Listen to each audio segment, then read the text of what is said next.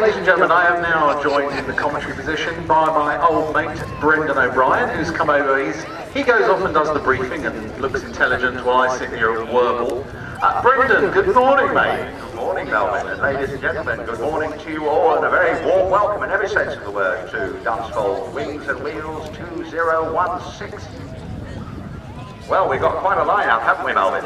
We have. We've got a lot of things. We have, if you look down to the left, you see Peter Teichman and his wonderful P51 is getting ready to take off.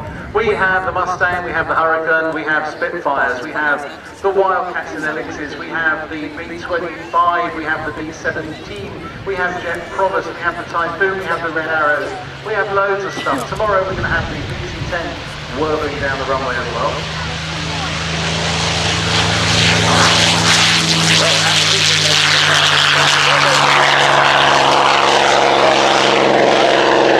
Weather quite muggy with P51 Mustang.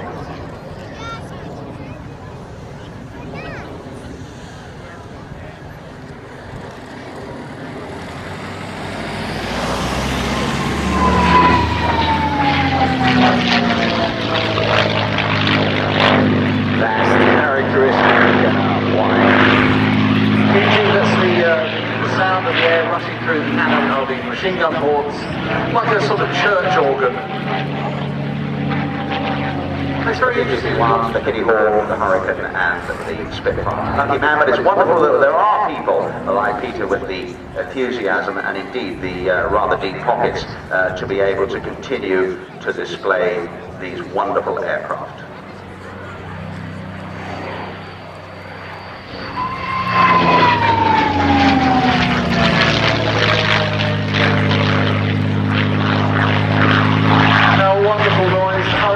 The Mustang is an aircraft that is often cited as the best to develop such aircraft as the Spitfire, which was sort of, 4 or 5 years before. So it is a fantastic aeroplane, had a laminar flow wing, so it's very low drag. And the less drag you have, the further you're going to go on your fuel. And it was designed as a long-range escort fighter, so it had 1,000 litres of internal fuel, which is a hell of a lot when you compare it to the little amount that Spitfire had. And of course, Bert Stiles who wrote that wonderful poem,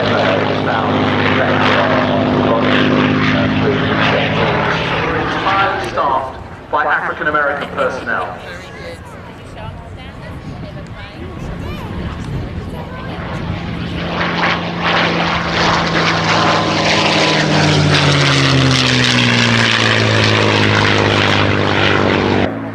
And she still carries the battle scars. There are repaired bullet holes on this aircraft where she took incoming fire.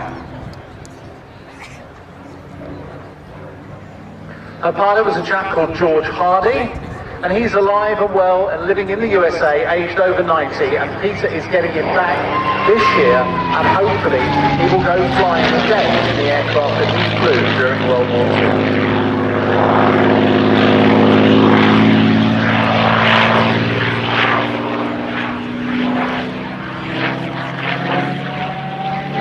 This aircraft was eventually...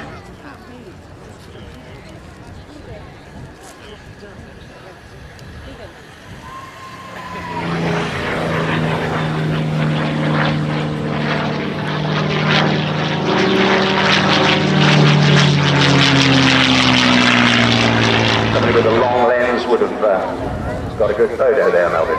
Very much so. The Mustang was originally designed with an Allison engine, but it was found to run out of puff a bit as it got high. Problem is, as you take an aircraft higher, you need to compress the air to get the same amount of power out of the fuel. The supercharger on the Allison wasn't that brilliant, over about 15,000 feet, and dogfights were getting higher. But somebody had come up with a bright idea of making a Merlin that had much more supercharged capability. And someone had a bright idea of nailing it on the front end of a Mustang. And the P51D was the classic Mustang that had the Rolls-Royce Merlin engine.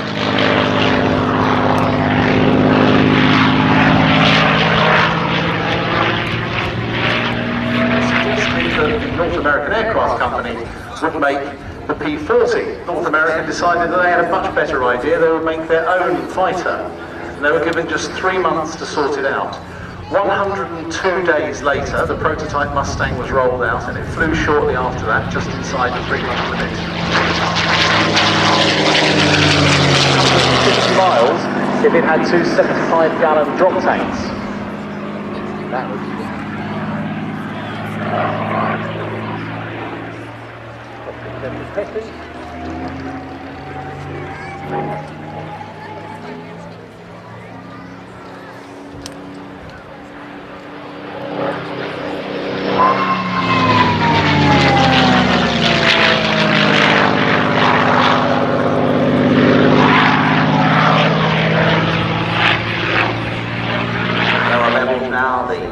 just disappearing into the mist, slow level, but coming back in now quite clearly from the left.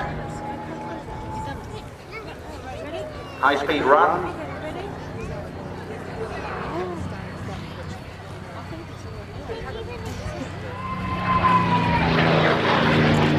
And there it is, ladies and gentlemen, the classic victory roll. So much round the bottom board by station commanders during the war, the wings in aboard. So here he is, a raking turn coming round the corner. Of course, the turn is so that you can see around that great big long sort of, is it 10 foot of Merlin that sits in front of him? Absolutely.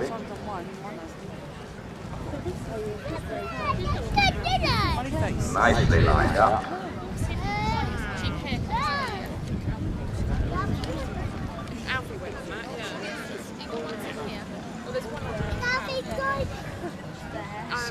And voila, there he is, nice tail down left. Indeed, you can have a look on, Google is your friend. Google the Hangar 11 collection, have a look at it. There's great histories on his aircraft. He also has another Spitfire being done at the moment. As we say, does a great job and great supporter to a lot of air shows.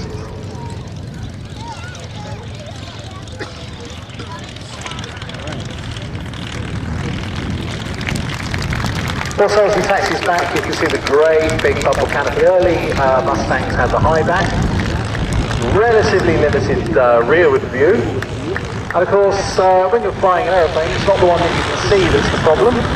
When you're flying a fighter, it's the one that's behind you, so rearward vision is very important. So they cut down the fuselage, gave the aircraft a little bit more of a dorsal fin, and put that great big blown canopy on so the pilot could see around. So, a very elegant start to the proceedings there from Peter Teichman with the P51. And next up, Melbourne, I think we've got the Army Air Corps historics, but they have lost one en route, I think, on a technical problem, the engine to our Scouts.